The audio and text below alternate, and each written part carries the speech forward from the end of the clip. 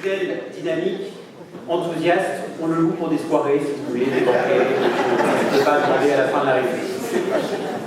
Alors, avant de laisser la parole à Éric, que vous attendez tous, je voudrais juste me tourner vers un jeune espoir de la droite. Il n'a pas 30 ans. Vous l'avez vu à la télévision. Il vient de sortir un livre aux éditions Robert Laffont. J'en fais la publicité parce qu'il n'osera pas le faire lui-même. Je ne me tairai pas, c'est le titre. Et le titre est signifiant, tant Amine est un jeune homme, qui a démontré tout son courage face à la menace islamiste, et pour cause, puisqu'il a lui-même résisté aux islamistes dans le nord de la France. Je vous demande d'applaudir Amine El-Bailly.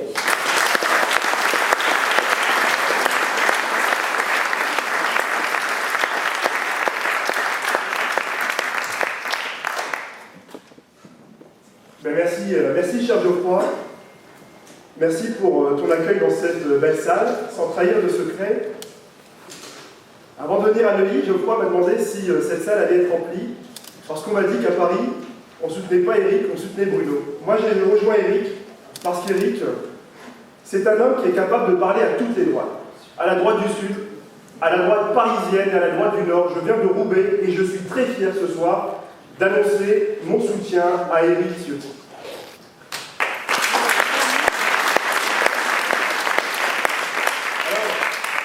Tu m'as dit, cher Geoffroy, je ne me tairai pas. Mais plus que cela, j'agirai. Et j'agirai avec Éric Ciotti pour remettre en ordre de marche notre famille politique. Je viens dire remettre en ordre de marche, pas remettre en marche notre famille politique.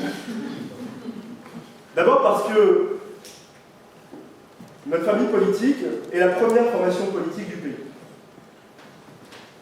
Nous le voyons aujourd'hui à l'Assemblée nationale, le débat est hystérisé. Marine Le Pen et Jean-Luc Mélenchon attisent tous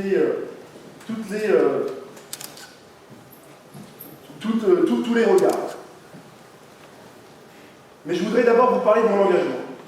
Vous parlez de mon engagement aux côtés d'Éric Ciotti depuis le 23 janvier. C'était sur M6, sur Zone Interdite, où, tu l'as rappelé, cher Geoffroy, nous avons dénoncé la montée de l'islamisme à Roubaix. À Roubaix, pour l'avoir dénoncé, nous avons été menacés de mort. Menacés de mort dans notre propre pays, et ce soir, j'ai l'immense fierté de pouvoir m'adresser à vous en toute liberté.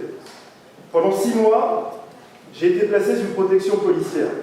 Pendant 6 mois, je n'ai pas pu m'exprimer librement comme je m'exprime ce soir devant vous. Pendant 6 mois, les islamistes ont cru pouvoir me faire taire. Et aujourd'hui, je suis très fier de me tenir devant vous pour rejoindre et redonner un dynamisme à notre famille politique. Alors, tu l'as rappelé, je crois,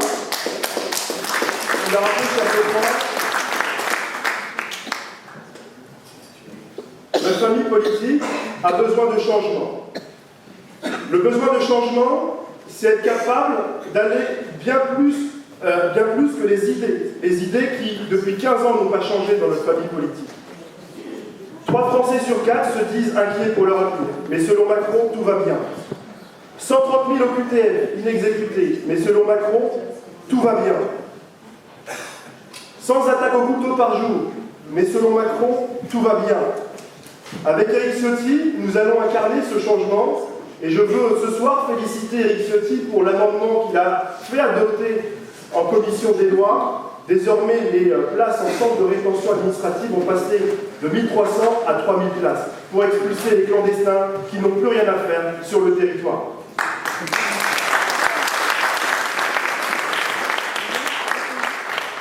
Enfin,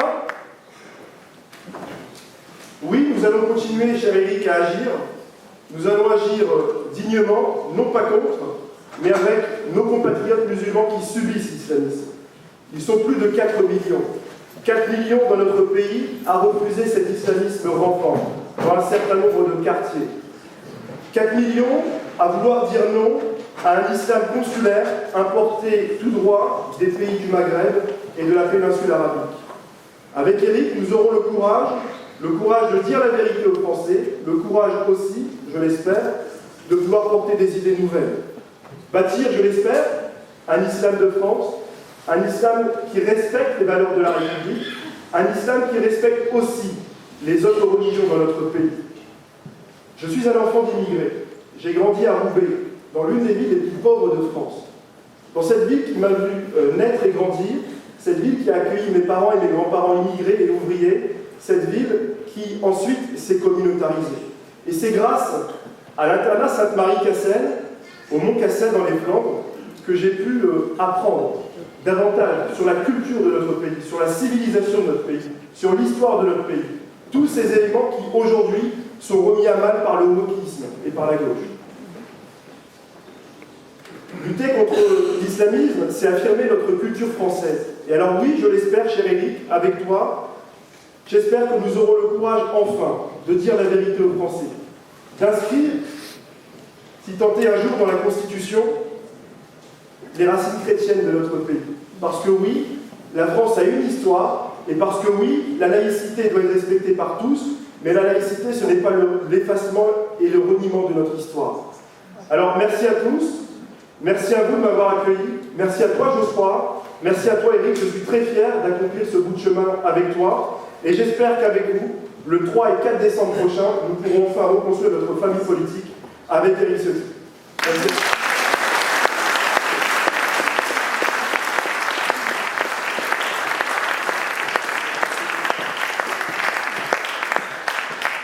Permettez-moi de saluer deux élus qui nous ont fait aussi l'amitié de leur présence ce soir. Yves Révillon, maire de Coquelon, vous pouvez l'applaudir.